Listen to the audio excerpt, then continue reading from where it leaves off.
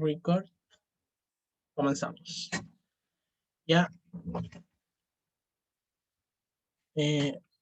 Bueno, este es el auxiliar número 5 de fuerzas intermoleculares y enlace metálico. Vamos. ¿Qué son las fuerzas intermoleculares? Las fuerzas intermoleculares son fuerzas entre moléculas. Hay fuerzas enlazantes, que son las fuerzas de enlace, de nuevo, que son los enlaces tipo covalente, los enlaces tipo iónico, los enlaces tipo metálico, y están estas fuerzas que son fuerzas electromagnéticas que influyen la naturaleza de la molécula y que va a depender de eso si sus fuerzas son más fuertes o más débiles. Y estas fuerzas influyen en las propiedades físicas de las sustancias. ¿Ya? Vamos a ver una a una.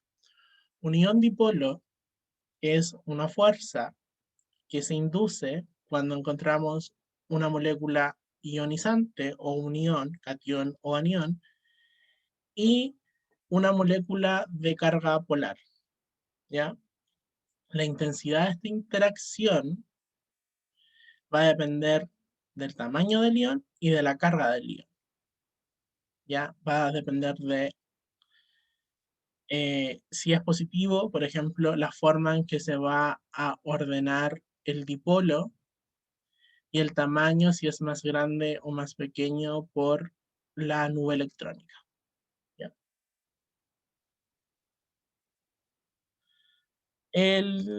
Las fuerzas dipolo-dipolo son fuerzas que se juntan dos moléculas polares y se orientan de manera en que el ion, la parte negativa de la molécula queda orientada a la parte positiva de la otra molécula.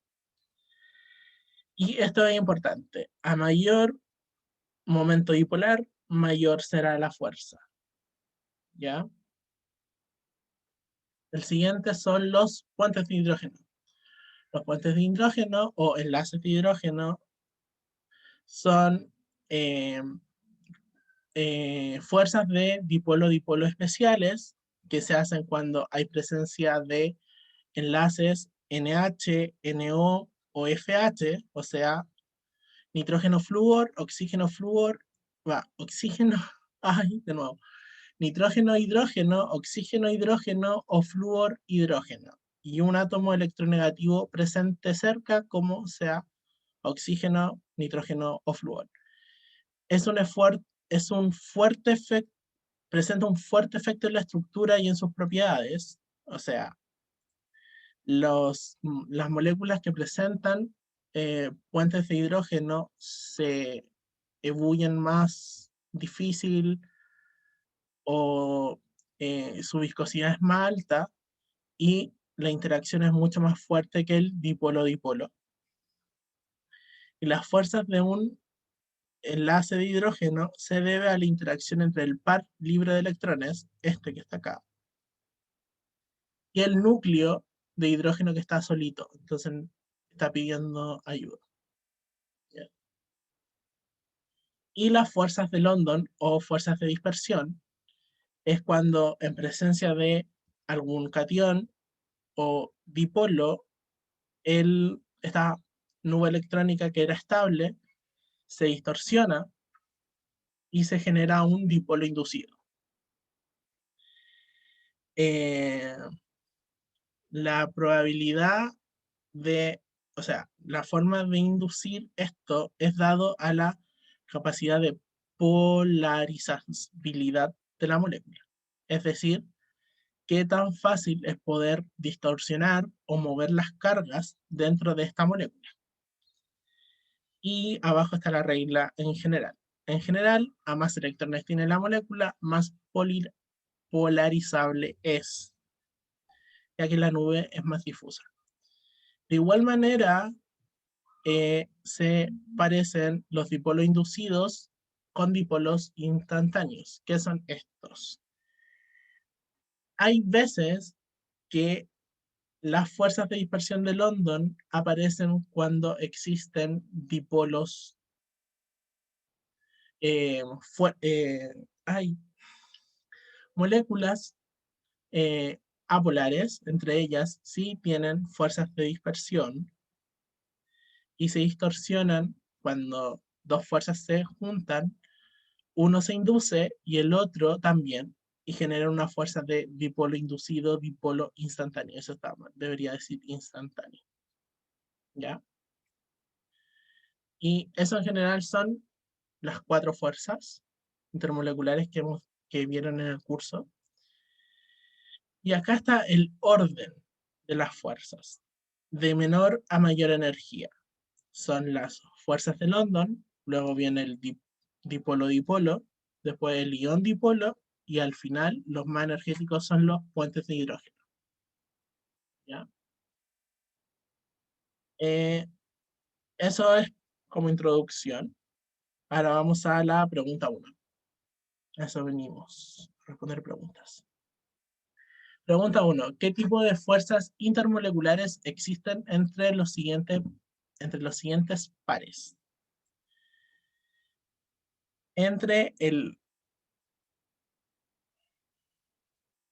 ácido brómico y el H2S.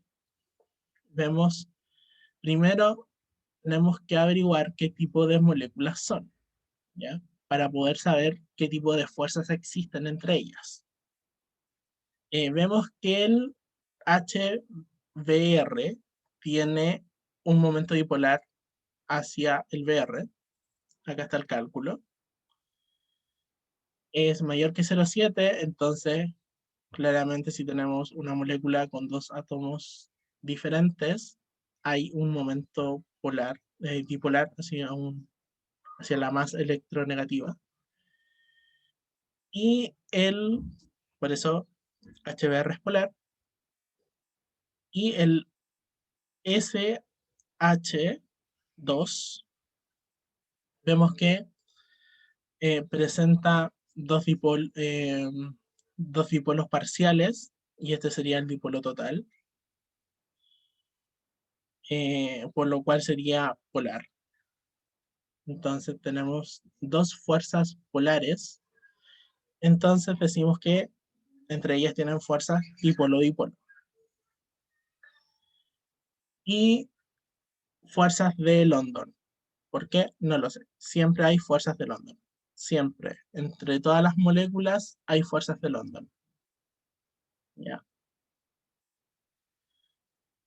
El cloro 2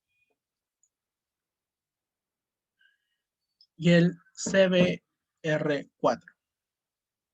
El cloro 2 vemos dos moléculas de la misma naturaleza unidas, por lo cual tenemos una suma de electronegatividad de 0, por lo cual sería apolar.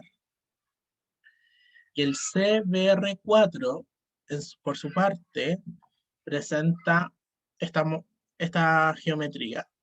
Vemos que en cada enlace del carbono tiene un bromo, y esta disposición dentro de su propia geometría genera que todos los momentos dipolares se anulen entre ellos, lo que genera que la molécula también sea apolar.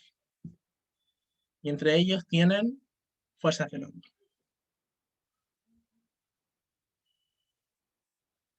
Para el siguiente par tenemos yodo 2 y NO3 negativo. Vemos que el yodo 2, igual que el cloro 2, era dos moléculas de misma naturaleza juntas, por lo cual es apolar. Y el NO2, el NO3 negativo, es un ion, ¿ya? Al ser un ion entre fuerzas apolares, apolar y unión, tenemos fuerzas ion dipolo inducido y fuerzas de London, que son las fuerzas dipolo, dipolo instantáneo. Dipolo inducido, dipolo instantáneo. En este caso, tenemos el amoníaco, NH3, y el agua, H2O. Sabemos que el NH3 tiene momento dipolar, dado por el par de, electrones que tienen nitrógeno, lo cual sabemos que es apolar, y de la misma forma sucede con el oxígeno. Los dos pares de electrones le dan momento dipolar al agua, por lo cual sabemos que el agua es polar. ¿Qué tipos de fuerzas existen entre dos moléculas polares? Obviamente dipolo-dipolo, pero eso no estaría bien dicho. El agua y el nitrógeno tiene enlaces NH, y al interactuar entre ellos se generarán puentes de hidrógeno, que son un tipo especial de fuerzas dipolo-dipolo. Y además entre ellas hay fuerzas de Londres. Esa sería la pregunta 1. ¿Alguna duda?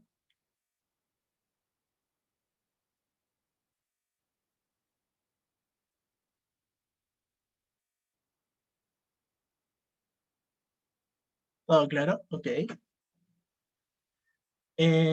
Siguiente tema. Vamos a las fuerzas intermoleculares y sus propiedades. Como vimos, las fuerzas intermoleculares son fuerzas que eh, tienen que se generan gracias a las cargas eléctricas. ¿Ya? Por lo cual sabemos que para que estén se necesita saber la carga eléctrica, el momento dipolar o la polarizabilidad de la molécula. Esas dos influyen en las fuerzas intermoleculares. Pero ¿qué propiedades dependen de las fuerzas intermoleculares? Tenemos el punto de fusión y ebullición, viscosidad, tensión superficial, densidad. Estos son ejemplos porque también influyen en solubilidad, presión de vapor y muchas otras propiedades. ¿Cuál es la tendencia dentro de las fuerzas intermoleculares? Decimos que a mayor fuerza molecular o mayor peso molecular o mayor linealidad, estos son los tres factores que van a influir en el punto de ebullición, el punto de fusión, la viscosidad, la tensión superficial, la capilaridad, y esos aumentan su valor, o sea, a mayor fuerza intermolecular, mayor punto de fusión, y a mayor fuerza intermolecular, menor presión de vapor o menor solubilidad. Pero, ¿cómo sé en realidad que esto pasa? Bueno, todo tiene su lógica. Eh, si tenemos fuerzas dentro de un líquido, por ejemplo, más me va a costar separar las moléculas. Entonces le tengo que inyectar más energía para que estas moléculas se separen dentro de un sólido y poder transformarla en líquidos, o dentro de un dentro de un líquido para poder transformarla en gas, que se muevan, o sea, necesito más energía para que éstas se muevan, más energía para que algo entre dentro del líquido, que algo lo traspase. De misma forma es más duro, un sólido con más fuerzas es más duro. Eh, y eso, esa es la lógica. O sea, mientras más fuertes son las fuerzas dentro de las moléculas, más me va a costar separarlas. Y por lo tanto, más cuesta todas estas acciones. Y vamos a los cambios de estados y las fuerzas intermoleculares. Esto es lo más complicado dentro de propiedades, así que atentos. Los cambios de estado son ebullición, fusión, sublimación. Ebullición es pasar de líquido a gas, fusión de sólido a líquido y la sublimación es de gas a sólido. De sólido a gas, perdón. Estos tres conceptos están íntimamente relacionados con la temperatura, la presión y la entalpía. ¿Qué es la temperatura? La temperatura es, eh, es una magnitud escalar que mide cuán agitadas están las moléculas dentro del líquido. La presión es, eh, la presión química es muy distinta a la presión física. La presión física es fuerza en un área, pero la presión química hace referencia a la presión que genera el líquido en el ambiente. No sé, me voy a enredar en explicarlo, pero no tienen que pensar en presión como fuerza en un área, sino en que qué tanta presión está como contraído el líquido o gas, eso. Y la entalpía, que es la energía que nos hace falta para cambiar de estado. Esto lo van a ver con más ahínco si toman, en mi tiempo se llamaba físico-química.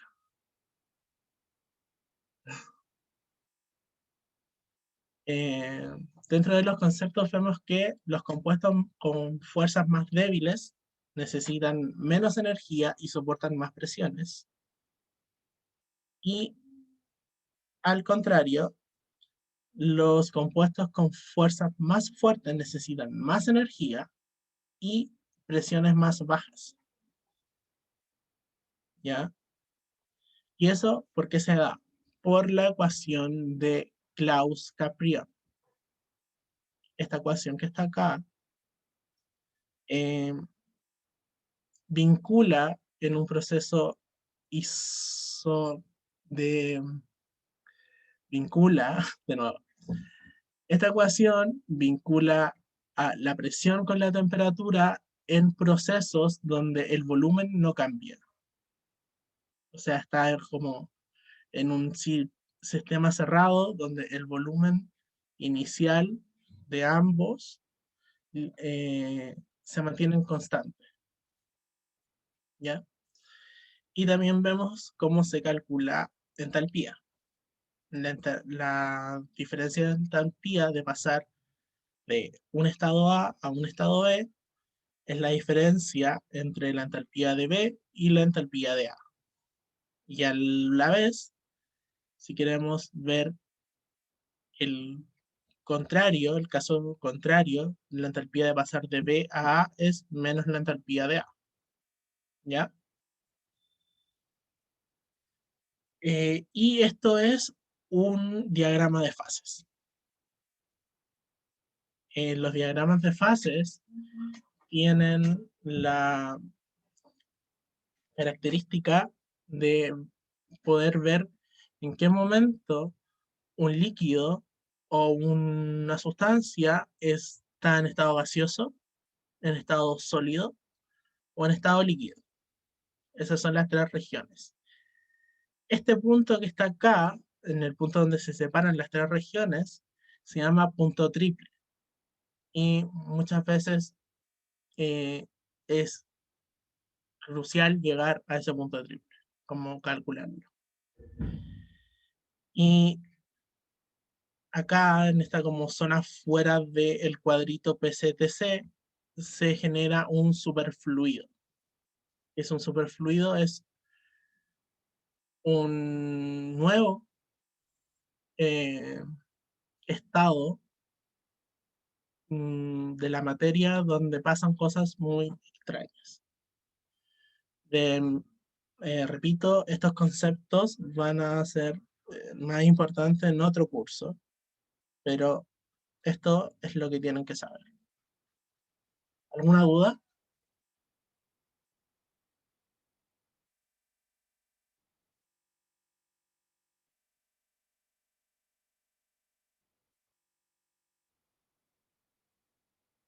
¿No?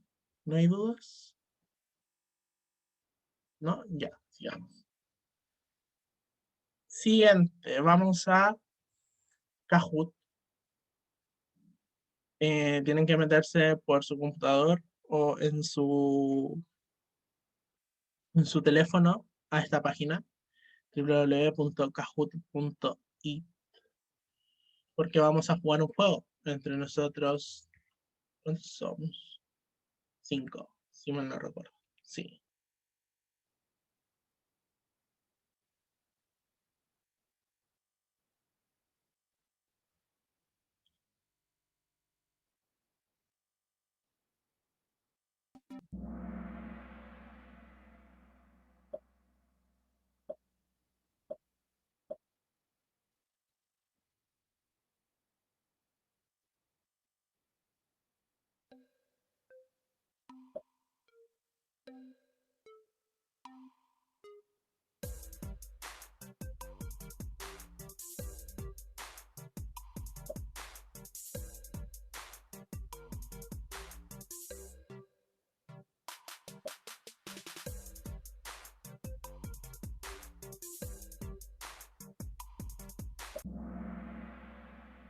¡Wow!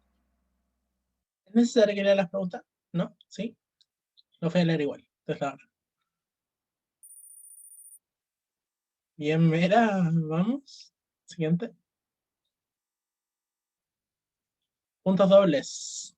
¿Cuál de las siguientes especies son capaces de unirse entre sí mediante enlaces de hidrógeno?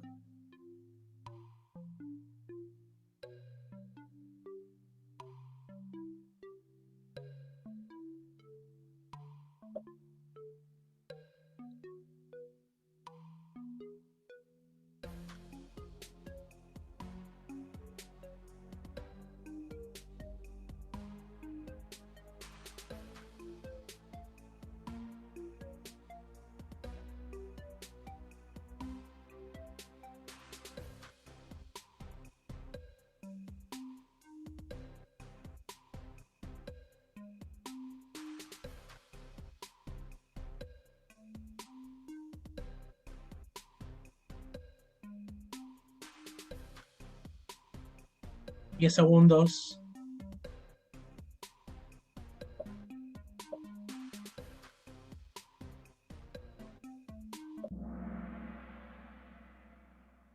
¡Wow! Estaba difícil. Ya después vamos a ver una por una por qué eran. ¿Ya?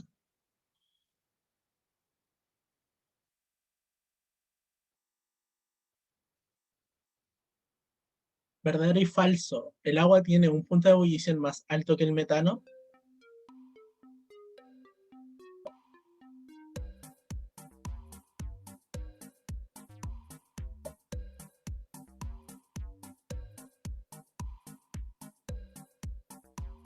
5 segundos.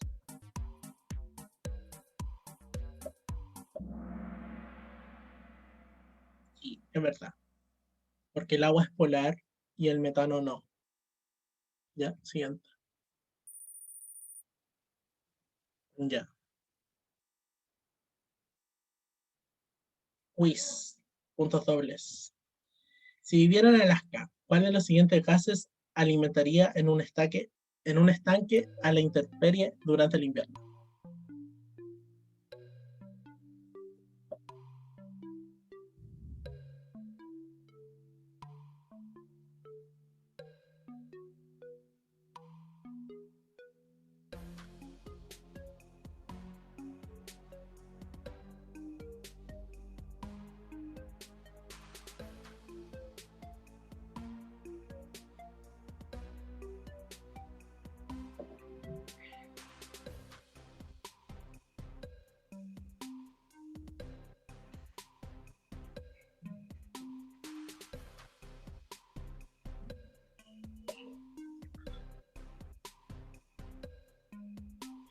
10 segundos.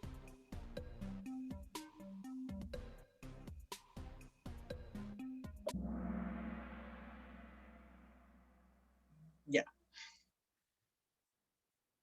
¿Por qué es el metano y los otros gases no? Eh, Cuando vimos las fuerzas intermoleculares, le mencioné tres factores que están presentes. Son las fuerzas intermoleculares, la linealidad y el peso molecular. En este caso, como queremos que no se congele lo que tenemos en el tanque, vamos a elegir la que tiene menor fuerza intermolecular, por lo tanto, menor peso. Por eso es el metano, menor peso molecular.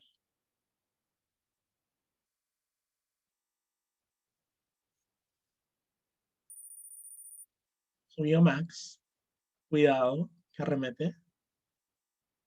¿Verdadero o falso? Las fuerzas de London dependen de manera directa con la polarizabilidad de los átomos y moléculas.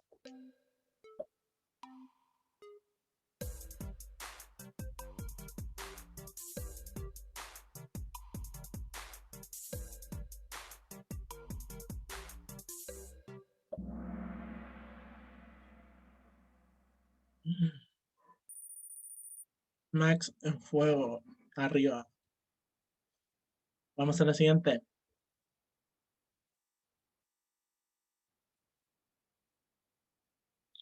¿Cuál es, ¿Cuál de los siguientes presenta mayor densidad?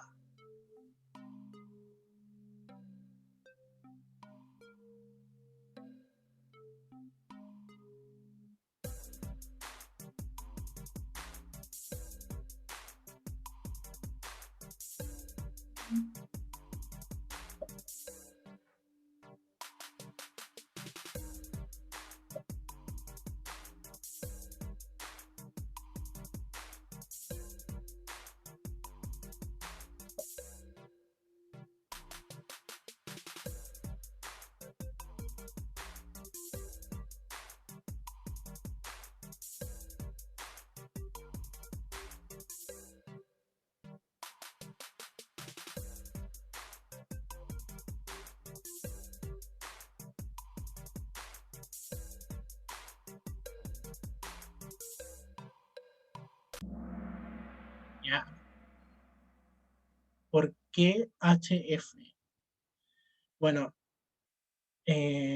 tanto el amoníaco, el agua, como HF puede generar enlaces de hidrógeno, pero aquí viene lo interesante, va a depender del que tiene mayor momento dipolar.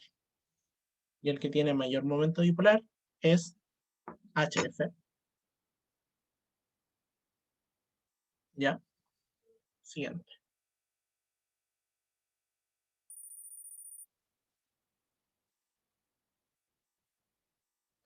¿Verdadero o falso? La fuerza dipolo-dipolo es menos energética que las fuerzas de dispersión de London.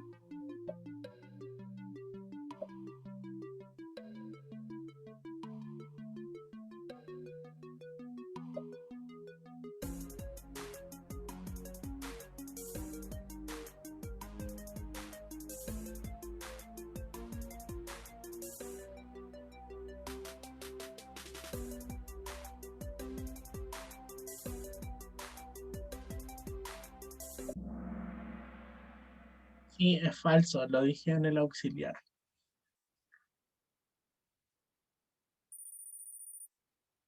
Mm,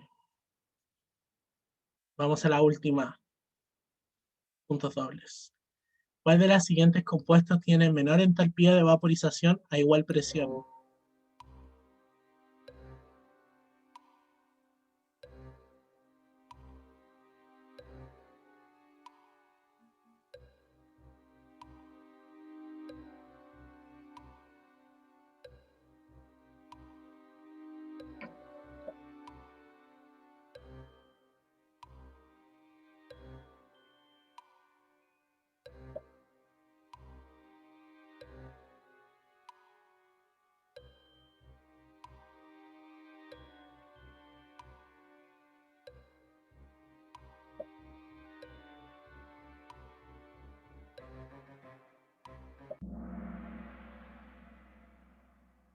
Exacto. Por lo mismo que pasó en Alaska, pasa ahora con la entalpía de vaporización. Vamos al podio, a ver quién ganó. Max, dando la cara por los auxiliares. Ignacio, el ganador. José Mera, felicitaciones.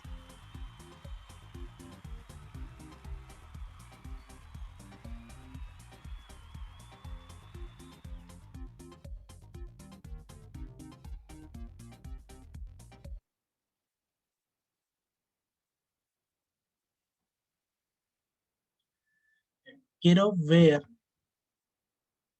esto. ¿Cuáles de las siguientes especies son capaces de unirse mediante enlace de hidrógeno? Nadie la contestó bien. Estas son las respuestas. C2H6 no puede ser, no se puede unir mediante enlaces de hidrógeno porque es una sustancia apolar. Entonces no tiene esta fuerzas dipolo-dipolo. Lo mismo pasa con el BH2, que es una sustancia iónica. Y por último, el HI no se puede unir mediante enlaces de hidrógeno porque no tiene ningún enlace NHN o H o NH. Entonces, eso es súper importante para poder generar enlaces de hidrógeno. Y el CH o H, sí, porque tiene la unión, el grupo de alcohol, y con eso puede unir enlaces iónicos, en puentes de hidrógeno, enlaces de hidrógeno. ¿Ya? Volvimos a nuestra presentación.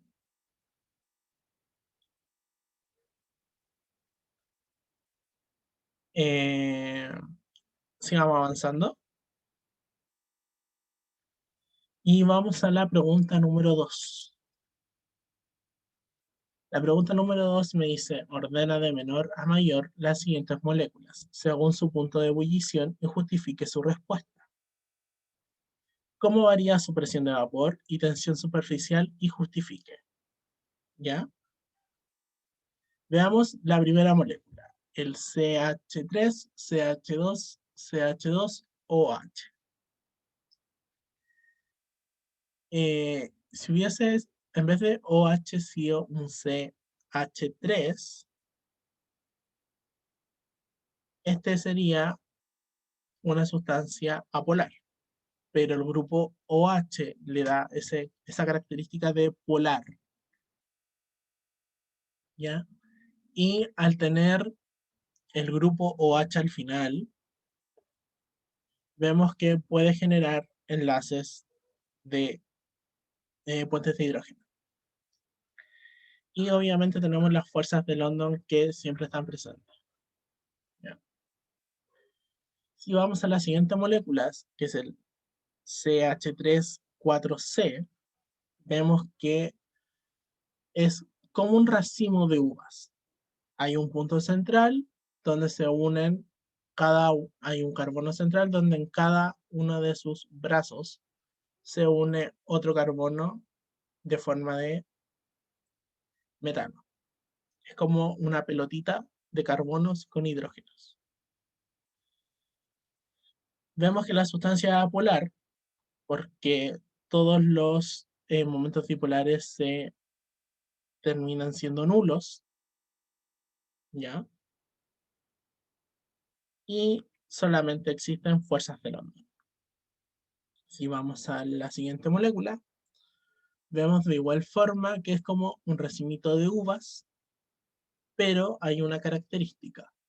En el carbono central no todos son CHs, sino que hay un hidrógeno metido entre medio. Ese hidrógeno hace variar totalmente la figura y ahora sí es una sustancia polar. Y por lo tanto genera fuerzas de dipolo-dipolo y fuerzas de London. ¿Por qué no genera puentes de hidrógeno? Porque no hay ningún nitrógeno, ningún flúor pegado con un hidrógeno de la molécula. No hay ningún oxígeno, ningún nitrógeno, ni ningún flúor. Esos son los tres que pueden generar puentes de hidrógeno. Y el CH3O, CH2, CH3, vemos que claramente hay un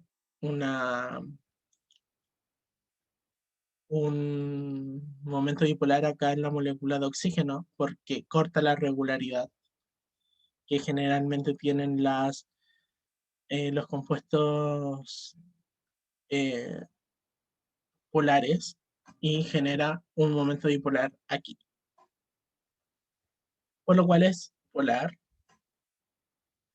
¿Qué tipo de fuerzas existirían en esta molécula? Vemos que hay un oxígeno, por lo cual puede ser candidato a generar enlaces de hidrógeno, pero ese oxígeno está unido solamente con dos carbonos y necesitamos que el oxígeno esté unido también con un hidrógeno para poder hacer estos nexos de los enlaces de hidrógeno. Así que solamente generan eh, fuerzas de dipolo-dipolo y fuerzas de London. En este caso vemos que es muy parecida a la sustancia, a la primera sustancia. Es polar por el grupo OH que viene añadido en el carbono central y como tiene un grupo OH, un grupo alcohol, puede generar puentes de hidrógeno y fuerzas de London. Después de ver una a una las moléculas, vamos al panorama general. Ay, ya, aquí. Sabemos que el primero puede generar puentes de hidrógeno, así que lo ponemos en verde. El CH3,4C es una sustancia apolar, así que la ponemos en azul. La sustancia C la ponemos en naranja porque puede generar fuerzas dipolo-dipolo, igual que la D, y la E puede generar puentes de hidrógeno. ¿Ya? Ahora hay que pensar en ordenar de mayor a menor según sus puntos de ebullición. Ahora necesito que participen ustedes. ¿Me pueden decir cuál sería la que presenta menor punto de ebullición?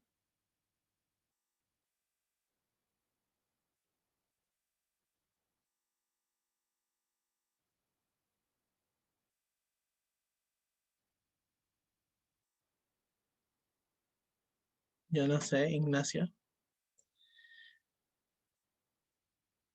B, sí, es B. La de menor punto de ebullición es B porque es una sustancia apolar. Y como vimos en el orden, primero están los puentes de hidrógeno son muy fuertes, luego vienen las fuerzas de dipolo-dipolo y al final vienen las fuerzas de London. Entonces, al tener una menor eh, fuerzas intermoleculares, tiene más fuerzas de London. Eh, Tiene fuerzas de London y sería de menor punto de ebullición.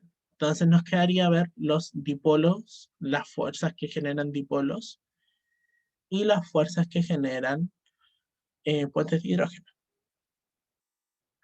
Si vemos la C, dijimos que era como un racimo de uvas.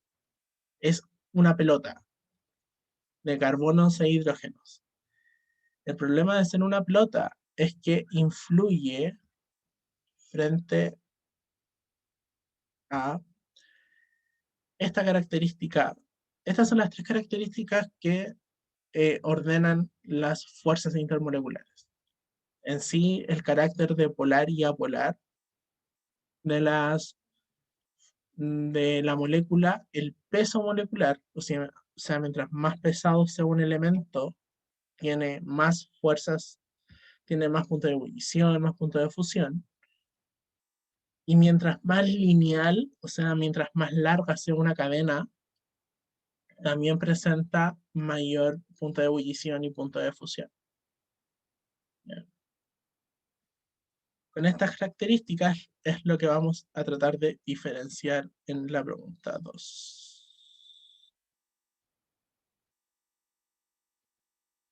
Bueno, ya habíamos visto los colores y la fuerza.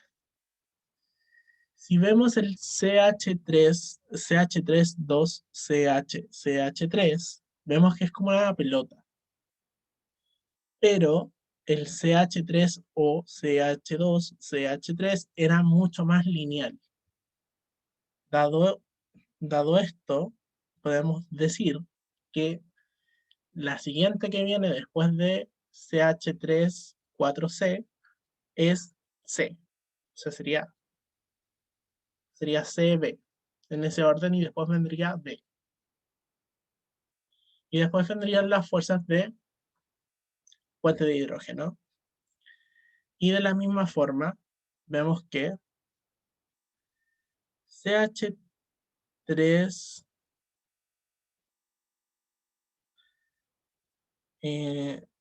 la primera es más lineal que la última. ¿Por qué es más lineal que la última? Porque la última tiene el grupo alcohol, el OH, en el átomo central. Entonces tiene menor punto de ebullición que el que lo tiene al final. ¿Van entendiendo? Ignacio, ¿entendiste? Sí, ya, genial.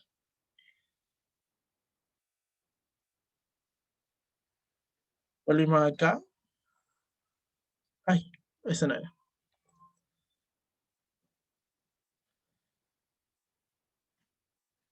Y ya, entonces, como A es más lineal que E, entonces A tiene mayor punto de ebullición que E. Con eso quedaríamos listos con el orden. El primero sería A, el segundo sería E, porque ambos generan puentes de hidrógeno y el primero es más lineal que el segundo. El tercero sería D y el cuarto C, por la misma forma, porque C es mucho más redondito.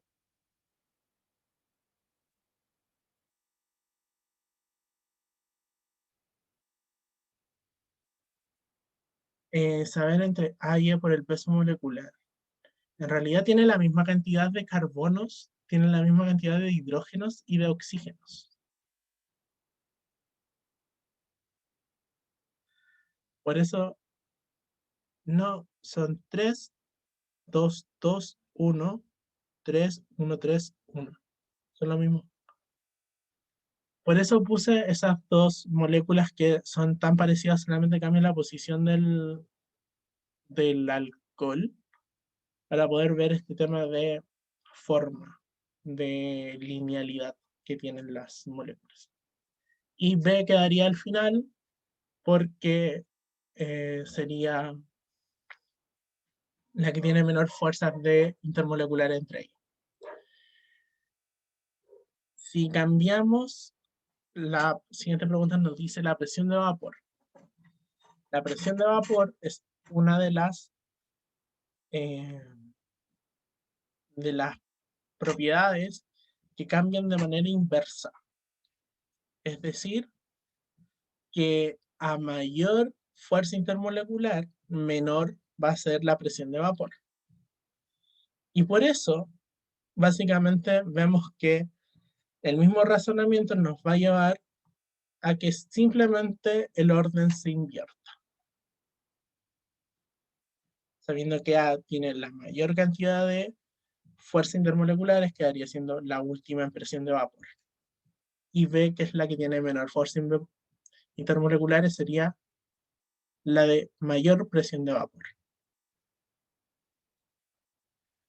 Y la tensión superficial crece igual que el punto de ebullición. Y por eso volveríamos a tener el mismo orden. Con eso estaría lista la pregunta 2. ¿Alguna duda, pregunta, consulta?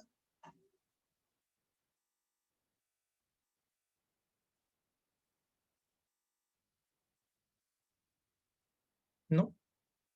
¿Todo bien? No, seguimos.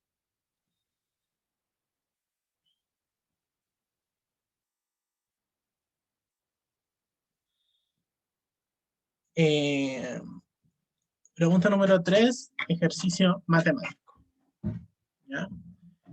Vemos que usted ha ido de excursión al Monte Aconcagua, el cual mide 6.962 metros de altura. ¿Cuál es la presión atmosférica en la cima de si la temperatura de ebullición es 72 grados Celsius en ese punto? Considere que la entalpía de vaporización es 44 kilojoules mol y la constante de los gases tiene ese valor. ¿Ya? Vemos. Bueno, tenemos los datos que nos dan en el problema acá. Y cuando hablamos de temperatura de ebullición, en realidad nos interesa saber y comparar con un dato que ya tenemos conocido. ¿Ya? Y como vamos a comparar dos estados y estamos ebulliendo dos cuerpos iguales, vamos a suponer que son dos cantidades de cantidad de sustancia igual. Vamos a ocupar la ecuación de Clausius-Caperon. Así se llama, no sé cómo se llama, pero así es. La ecuación de Clausius. Y el dato. Sabemos que a condiciones normales, eso significa que a una atmósfera, el agua ebulle a 100 grados Celsius. Eso todos lo sabemos, ¿cierto? Es como un dato de la vida.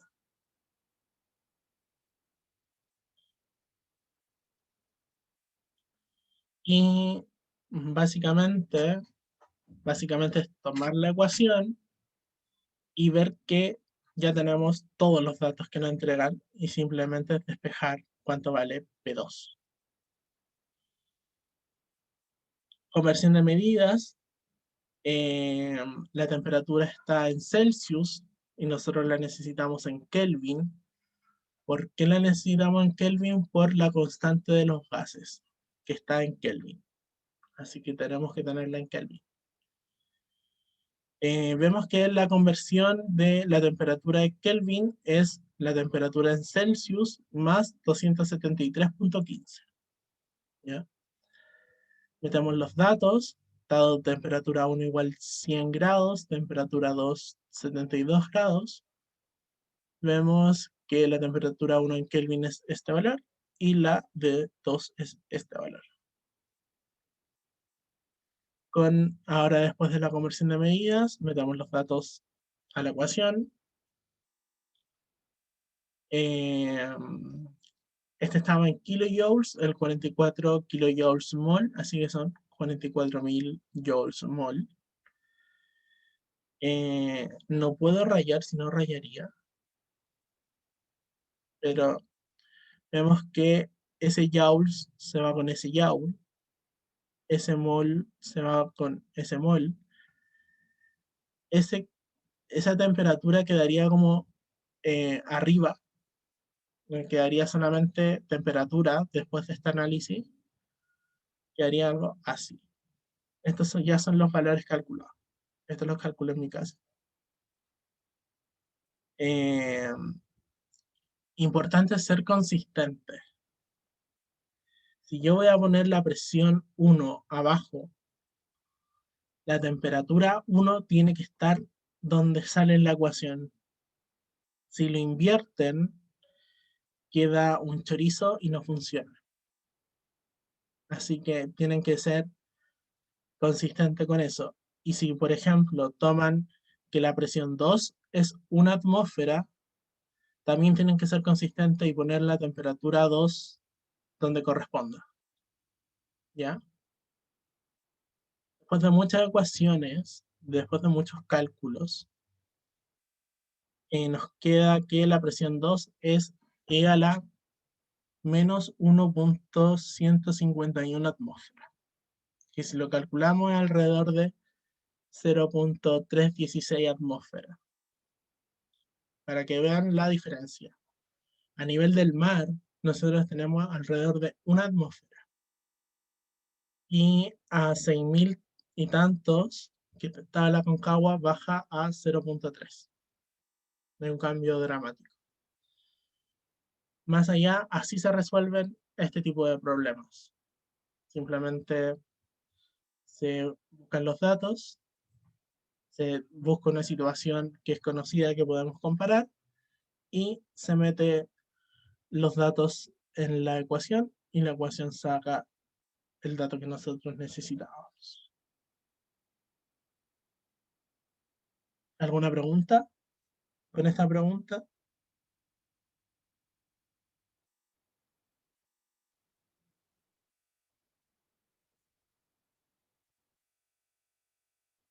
¿No? ¿Todo bien? ¿Todo claro? Ya, avanzamos. Entonces, y llegamos al último tema del auxiliar, que son enlaces metálicos.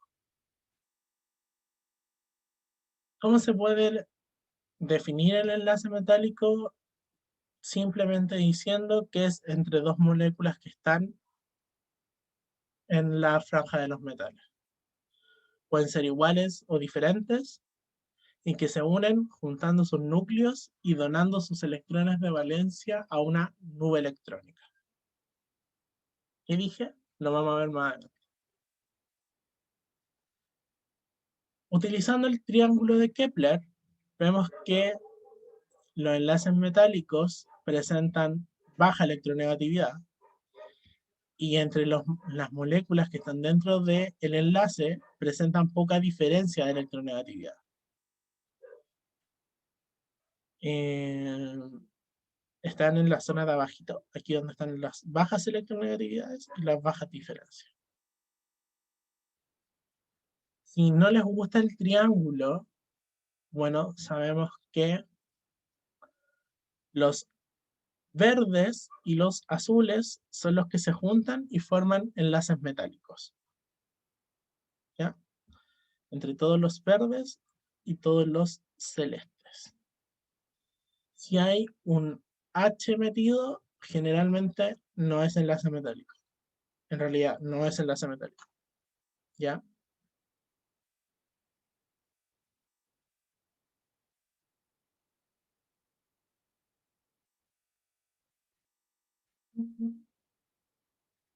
¿Qué les pasa a Po y eh, al polonio?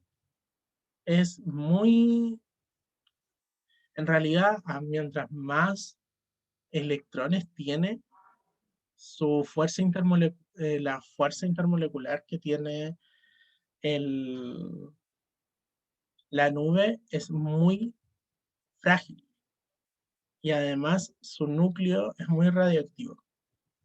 Entonces, tal vez el carácter metálico del polonio está muy cercano al carácter metálico de un metaloide. Entonces no saben cómo diferenciarlo. Dicen que tiene como un estado entre ellos dos. Y el AD pasa lo mismo. O sea, tal vez puede ser un metaloide o puede ser un no metal, va a depender de la situación. ¿Ok? Seguimos. Teoría de bandas. ¿Qué es una teoría de banda? Bueno, es la representación que tenemos para pensar en el enlace metálico. Eh, Vemos que básicamente los electrones de valencia que el núcleo de metal donó está dentro de una banda en un nivel inferior que se llama banda de valencia. Y arriba tenemos muchos orbitales que están prácticamente juntos, con mayor energía que los de electrones de valencia, que están vacíos. Y están vacíos porque al electrón le gusta descansar, es más flojito, entonces se mete a la capa de valencia, la banda de valencia, y se queda ahí descansando hasta que algo lo excita y sube a otro, a la banda de conducción. Y después baja, porque sigue siendo flojo. Eh, ¿Cómo caracterizar eh, las bandas con los metales? Básicamente, las bandas no tienen una separación entre medios. Tiene muchas veces se solapan y otras están como súper juntos, entonces no hay esa brecha energética y los electrones pueden pasar libremente. En el semiconductor sí hay una brecha energética. Esta brecha energética se llama banda prohibida y es un espacio donde el electrón no puede saltar, como que no hay nada que lo sujete al núcleo. Entonces, al no poder saltar en esa banda prohibida, prefieren no aceptar el electrón y se queda abajo. La fuerza y se queda abajo siempre, hasta que logra esa energía extra y salta a la banda de energía. ¿Y qué pasa con el aislante? Bueno, la brecha energética es muy alta, necesita mucha energía para poder pasar a la banda de conducción y generalmente no pasa. Y da lo mismo cuánta energía le pongáis a la banda de valencia, los electrones no van a saltar a la banda de conducción. ¿Ya? La energía de Fermi es la máxima energía ocupada por un electrón a 0 grado. ¿Qué significa? Es la energía que necesito para generar este salto. A veces la energía de Fermi está a la mitad de la banda prohibida, que es una característica de los semiconductores. Entonces, que le permite dar el salto a la banda a la banda de conductividad. Y, por ejemplo, acá la energía de Fermi debería estar como al medio, entre las dos bandas. Por eso es tan fácil pasar de uno a otro. El material conductor, la diferencia, si tenemos un material conductor y tenemos una diferencia entre bandas al menos de 1 electrovoltios. O sea, la diferencia entre estas bandas es más chica que 1 electrovoltio. De ahí en adelante son semiconductores. Y no me sé el otro parámetro para llegar a ser aislante, pero a 1 electrovoltio son metales conductores. ¿Ya? ¿Qué pasa con este banda prohibida? Es como este gatito, tan lindo.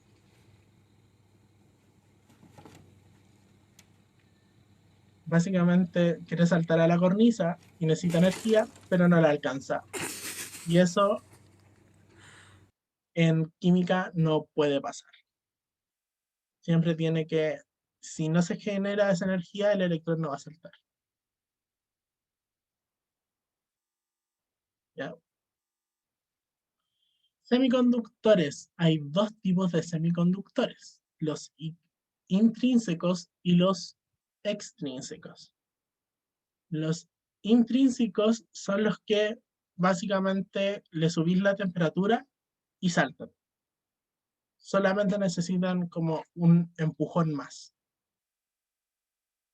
Pero los extrínsecos son los que necesitan combinarlos con otra cantidad, con otros elementos, para que pueda generar estos saltos. Para que sean más fáciles o más difíciles los saltos, pero en general necesitas agregar otros elementos. Y esos son relevantes. Los extrínsecos porque necesitamos saber qué tipos hay. hay tipos N, que es donde la impureza genera cargas negativas en la molécula. ¿Ya? Es decir, que el elemento que nosotros le metimos al extrínseco tiene más elementos de los que permite juntarse los electrones de cada uno. Por ejemplo, el silicio tiene 5 electrones de valencia, pero al estar muy juntos, por repulsión, solamente 2 de cada silicio se puede juntar con el siguiente, con la impureza. ¿Ya? Si nosotros generamos, si nosotros tenemos una impureza con más de 6, en este caso tiene 7, tiene, si lo juntamos con un átomo del grupo 7, nos va a sobrar un electrón. Se llama impureza donante y básicamente hace que hayan más electrones sueltos y mejore la conductividad del elemento, del enlace metálico. Por eso vemos que hay algunos electrones que se están moviendo dentro de la banda de conducción. Y en el tipo P, al contrario, les faltan electrones para generar este círculo perfecto y genera un agujero. Así como que aquí debería haber uno, pero no está. Y al no estar, significa que hay una deficiencia de electrones, más aún de la que tenía el semiconductor. Y es más difícil que se genere este salto. ¿Ya? Los tipo P, la impureza genera cargas positivas dentro de la molécula. O sea, hay un agujero dentro de la molécula. ¿Cómo se hace? Efectos de la temperatura de la conductividad. A mayor temperatura, los electrones son menos conductivos, los metales son menos conductivos. ¿Qué significa? Que si yo le subo la temperatura a una placa de cobre, ese hilo de cobre o placa eh, va a generar que sus moléculas se muevan más erráticamente, porque le estoy subiendo la temperatura, y voy a necesitar más impulso para que transmitan el impulso de energía que yo les di. Porque en sí ya van a estar vibrando más fuerte de del impulso eléctrico que yo les voy a estar dando. Y en cambio, los semiconductores aumentan la conductividad con la temperatura. Es decir, que al moverse con más libertad dentro de su enlace, yo voy a necesitar menos voltaje para que se genere el salto, porque ya tienen más energía los electrones del semiconductor. Y eso responde a dos preguntas claves. ¿Por qué los computadores tienen ventiladores? Y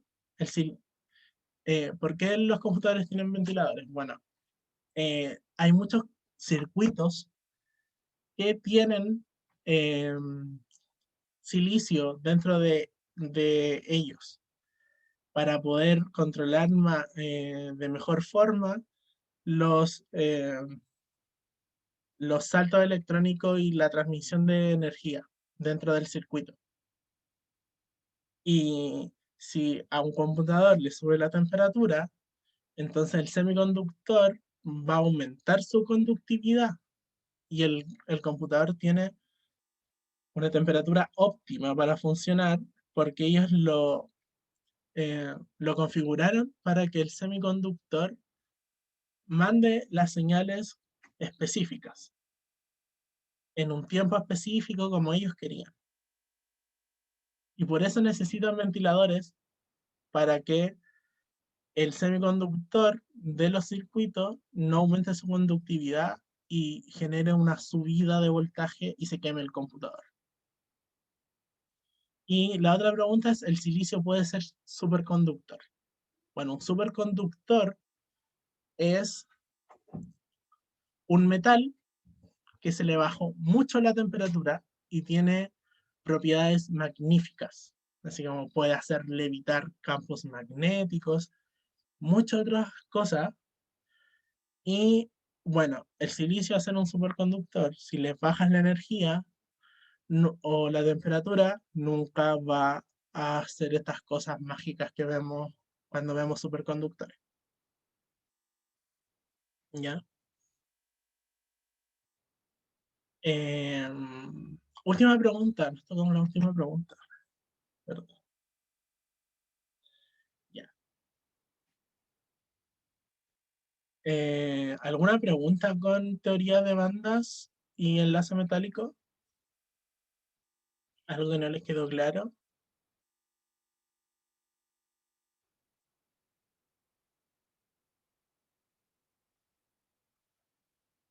Creo que está todo bien, ¿ya?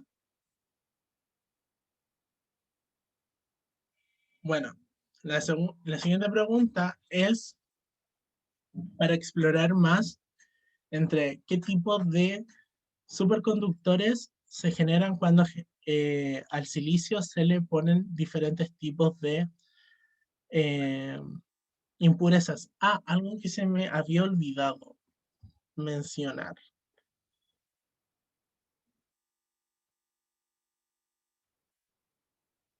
es la siguiente.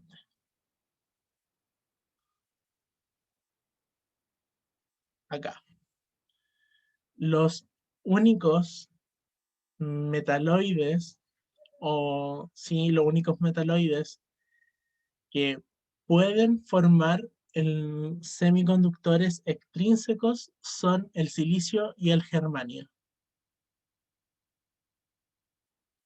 Son súper importantes y, por ejemplo, en la industria tecnológica se ocupa mucho silicio por, por este tema de los eh, super semiconductores extrínsecos. Pero solamente estos dos, el silicio y el germanio, son las que pueden generar eh, unos semiconductores extrínsecos. ¿Ya? Ahora sí vamos a la pregunta. ¿Por qué es importante mencionarlo? Ahora, porque aquí solamente nos habla de silicio, pero pensar que también el germanio puede formar en superconductores extrínsecos. ¿Ya? Queremos ver si son tipo N o tipo P, los siguientes elementos. Tenemos al galio, antimonio, aluminio y arsénico. Vemos por la configuración electrónica del silicio que tiene 4 electrones de valencia, 2 electrones en la capa S2 y 2 electrones en la capa P. Ya, dada esta información, vamos a analizar los, los otros elementos. El galio, por su parte, tiene esa configuración electrónica. Vemos que es argón 3D, 4S2 y 4P1. Si calculamos la cantidad de electrones de valencia en su última capa, son 2 en la capa S y 1 en la capa P, por lo cual tiene 3 electrones de valencia. Si vemos la diferencia entre electrones de valencia del silicio y electrones de valencia del galio, vemos que hay más 1. Este más 1 significa que es un conductor tipo P, o sea, es un conductor que le falta un electrón.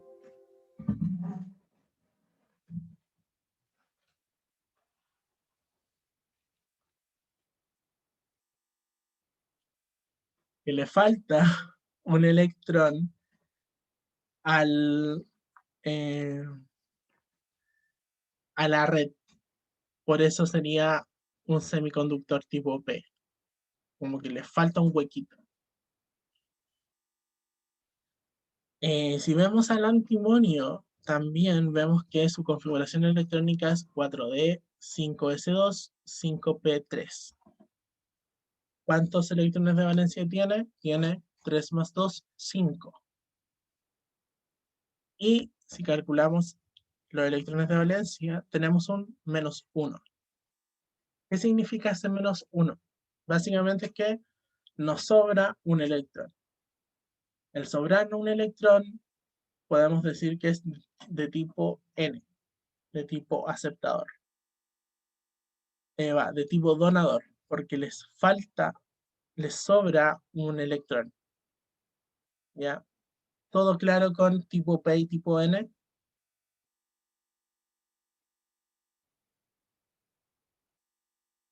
Clarito, clarito. El arsénico, por su parte, tiene 5 electrones de valencia también, y también nos da el menos 1, que nos sobra un electrón, y sería un tipo de conductor N.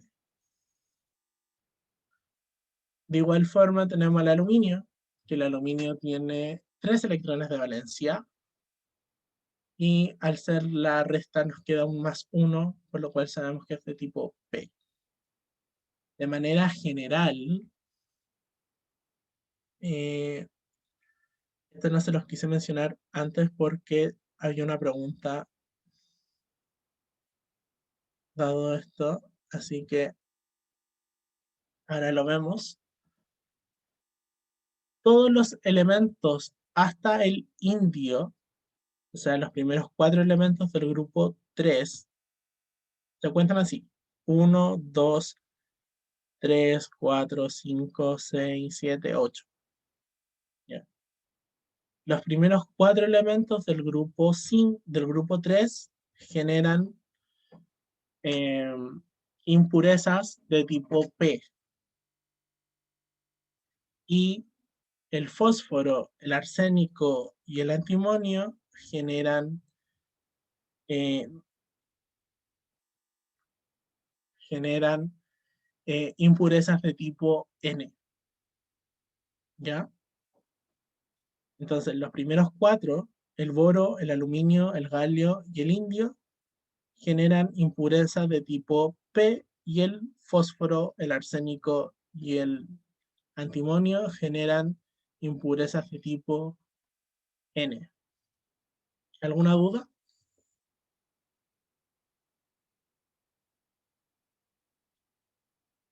¿Nel? Ninguna, ninguna.